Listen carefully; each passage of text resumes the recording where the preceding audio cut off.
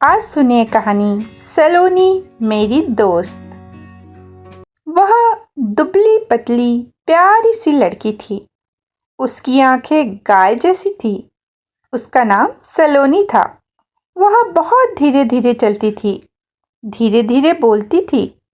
जब वह पहली बार क्लास में आई तो हम सारे बच्चे उससे दोस्ती करने गए थे।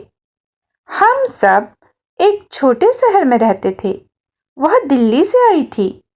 उसके पापा का ट्रांसफ़र इस शहर में हो गया था। हम सबको लगता था कि वह बड़े शहर से आई है तो पढ़ने में बहुत अच्छी होगी। मैंने पहले दिन उससे ढेर सारी बातें की। वह पीछे की बेंच पर बैठती थी, मैं भी उसके साथ बैठी थी। पर कुछ दिनों बाद मैंने देखा कि उसे पहाड़े याद नहीं होते थे। अक्सर वह गुणा भाग में गलती करती थी। गणित वाली टीचर उससे गुस्सा हो जाती थी। उसे अंग्रेजी में कविताएं भी याद नहीं होती थी। परीक्षाओं में उसका हमेशा बी ग्रेड आता था। सारे बच्चे आपस में उसे भोंदू कहकर चिढ़ाने लगे थे। वह सबकी बातें सुन लेती थी, फिर भी कुछ नहीं कहती थी। कोई भी बच्चा जब कभी अपनी पेन लाना भूल जाता था तो सलोनी मुस्कुराते हुए अपना पेन लिखने के लिए दे देती थी। मैंने उसके साथ बैठना छोड़ दिया। मैं क्लास में फर्स्ट आती थी। मुझे एक भोंदू लड़की से दोस्ती या बातें करना बिल्कुल अच्छा नहीं लगता था। घर में भी सब यही कहते थे कि तेज बच्चों के साथ बैठना चाहिए और उन्हीं से दोस्ती रखनी चाहिए।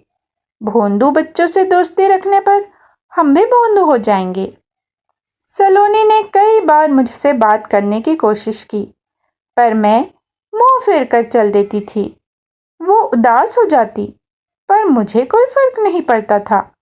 जब वो क्लास में आती, उसकी नज़र मुझ पर पड़ती।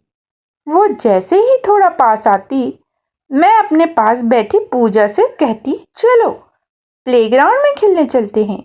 मैं पूजा के साथ खेलने चली जाती थी और सलोनी चुपचाप अपनी सीट पर बैठ जाती। प्रतियोगिताओं का मौसम शुरू हो गया था। सबसे पहले चित्रकला प्रतियोगिता होने वाली थी। यह अंतरविद्यालय प्रतियोगिता थी। चित्रकला का पुरस्कार हर बार दूसरे स्कूल के बच्चे ले जाते थे। हमारी क्लास से बहुत से बच्चों ने प्रतियोगिता में हिस्सा लिया। सलोनी ने भी प्रतियोगिता में हिस्सा लिया। हम सब उस पर हंस रहे थे। हमें लगता था कि वो इस प्रतियोगिता में भी पीछे रह जाएगी।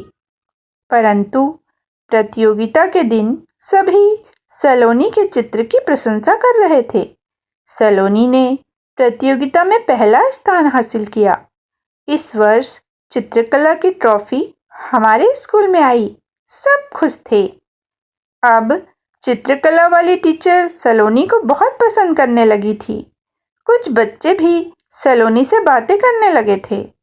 नए साल में 1 जनवरी को सलोनी ने सारे टीचर्स को अपने हाथ से ग्रीटिंग कार्ड बनाकर दिया। उसने मुझे भी कार्ड दिया। मैंने कार्ड लेकर उसे बस धन्यवाद कहा और चली गई। वह उदास हो गई। स्कूल में प्रोजेक्ट शुरू हो गए थे। सारे बच्चों को चार्ट पेपर्स पर विषय से संबंधित चित्र, सारणी वगैरह बनाकर जमा करना था। मैं साइकिल से चार्ट पेपर खरीदने बाजार जा रही थी। अचानक एक पत्थर पहिए के सामने आ गया। मेरा संतुलन बिगड़ गया। मैं साइकिल समेत गिर पड़ी। मेरा दायां हाथ टूट गया। जब मैं 2 दिन तक स्कूल नहीं गई तो पूजा मुझसे मिलने आई। पूजा ने बताया कि सारे बच्चों ने अपना प्रोजेक्ट जमा कर दिया है। परसों प्रोजेक्ट जमा करने की आखिरी तारीख है। मेरी आंखों में आंसू आ गए। वार्षिक परीक्षा में प्रोजेक्ट के नंबर भी जुड़ने थे। दूसरे दिन शाम को माँ ने बताया कि मेरी कोई सहेली मुझसे मिलने आई है। अभी कल ही तो पूजा आई थी, अब कौन हो सकता है? यह सोचती मैं बाहर निकली। सलोनी अपने पापा के साथ आई थी। उसके पापा मेरे पापा से बातें कर रहे थे। मैं सलोनी को लेकर अपने कमरे में आ गई। उसने मेरे हाथ के बारे में पूछा। मैंने पूरी घटना उसे सुना दी। मैंने सलोनी से पूछा, क्या तुम्हें मेरे घर का पता मालूम था? उसे पूजा ने मेरे घर का पता बताया था। पूजा ने ही उसे मेरे हाथ टूटने के बारे में भी बताया था। सलोनी ढेर सारे चार्ट पेपर और रंग लेकर आई थी। मुझसे मेरे प्रोजेक्ट का विषय पूछकर वह काफ़ी देर तक मेरे साथ बैठी, मेरे प्रोजेक्ट्स बनाती रही। मुझे अपने व्यवहार पर शर्मिंदगी हो रही थी जो मैंने उसके साथ किया था। उसने मेरे प्रोजेक्ट पूरे कर दिए।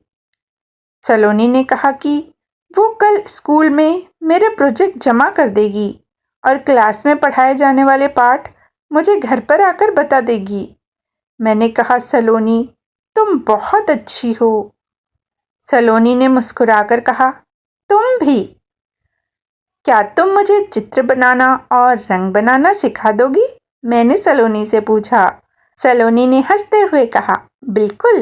और क्या तुम गुणा भाग सीखने में मेरी मदद करोगी? मैंने भी सहमति में अपना सिर हिलाया। फिर हम दोनों हंसने लगे। अब हम बहुत अच्छे दोस्त हैं। अभी आप सुन रहे थे कहानी सलोनी मेरी दोस्त। इसे लिखा है उपासना जी ने।